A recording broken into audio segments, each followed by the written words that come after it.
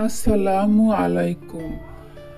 আজ আমরা জানব এমন যে অভ্যাস দ্বারা দৃষ্টিশক্তি বৃদ্ধি পায় এবং যে অভ্যাস দ্বারা দৃষ্টিশক্তি হ্রাস পায়।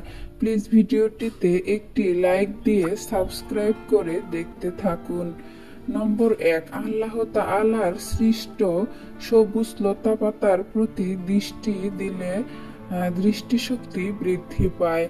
নম্বর 2, মাতা পিতা, শিক্ষক ও আলেমগণের প্রতি দৃষ্টি দিলে দৃষ্টিশক্তি বৃদ্ধি পায়।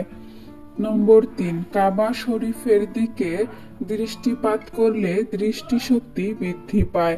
নম্বর 5, 5টি অভ্যাস দ্বারা দৃষ্টিশক্তি হ্রাস পায়।